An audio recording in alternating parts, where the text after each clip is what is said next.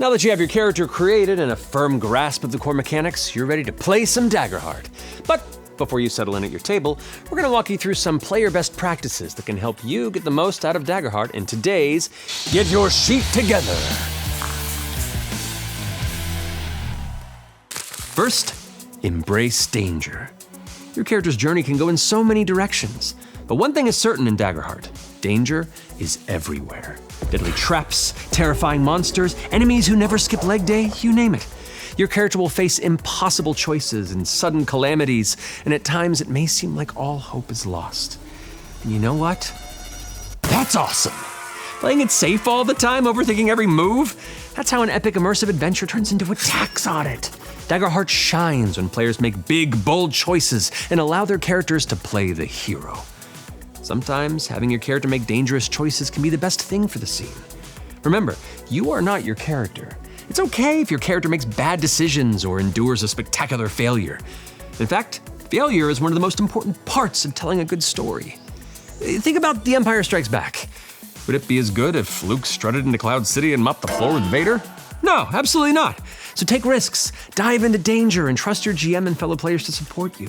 For players, there are no wrong choices in Daggerheart, but choosing to embrace danger will always lead to a satisfying outcome. Use your resources. Hope is kind of like your bread and butter in Daggerheart, and since you're likely to earn hope with every other action roll, you should be spending it often. You won't get a prize for hoarding the most hope. And don't sleep on those hope features. Every class has one. They cost 3 hope, and they're often game changers. In addition to hope, stress and armor are additional resources you can and should take advantage of.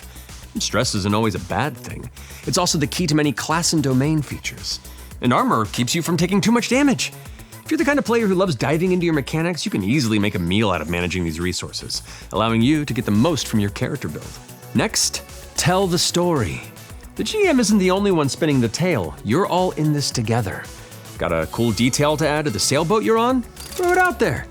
Want your character to have a dramatic emotional arc with your best friend's cousin's stepfather? Talk to your GM and go for it.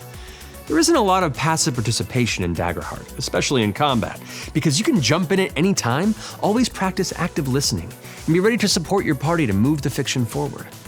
If you're ever unsure about where to take your character's story, think about what themes excite you and bring them to life through your character's choices. And when those big emotional beats hit, lean in. Let your character struggle, grow, and chase their goals like the protagonist in a story because, well, that's what they are. And this brings us to our last player best practice in Daggerheart. Discover your character. If you're sitting down to play Daggerheart and all you have is a character sheet and no idea of what or who this character is, guess what? You lose Daggerheart and you have to go home. Get your sheet. Kidding. Can you imagine? But in truth, that's actually right as rain in Daggerheart, because the real magic always happens in the game.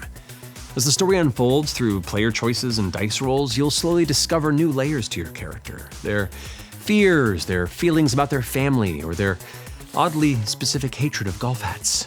Don't ask. When the GM throws out a question about your character's past, don't panic. You can make something up on the spot or workshop it with the group.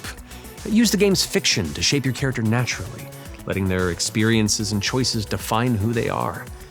And on the flip side, if you sit down with a 12-page backstory and a laundry list of narrative beats you want your GM to hit, consider leaving room for the emerging story and fellow player choices to shape your character as well. The characters, dice rolls, and collaborative storytelling might take you in directions you never expected. Know what you want, but hold on to it gently. So don't stress out about getting it right from the start. The best stories aren't written in a day. They're slowly discovered one moment at a time. Now that you have the gist of Daggerheart's player best practices, go put them to use.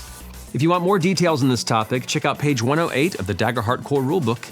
And for more information on Daggerheart overall, check out daggerheart.com. Get your sheet together.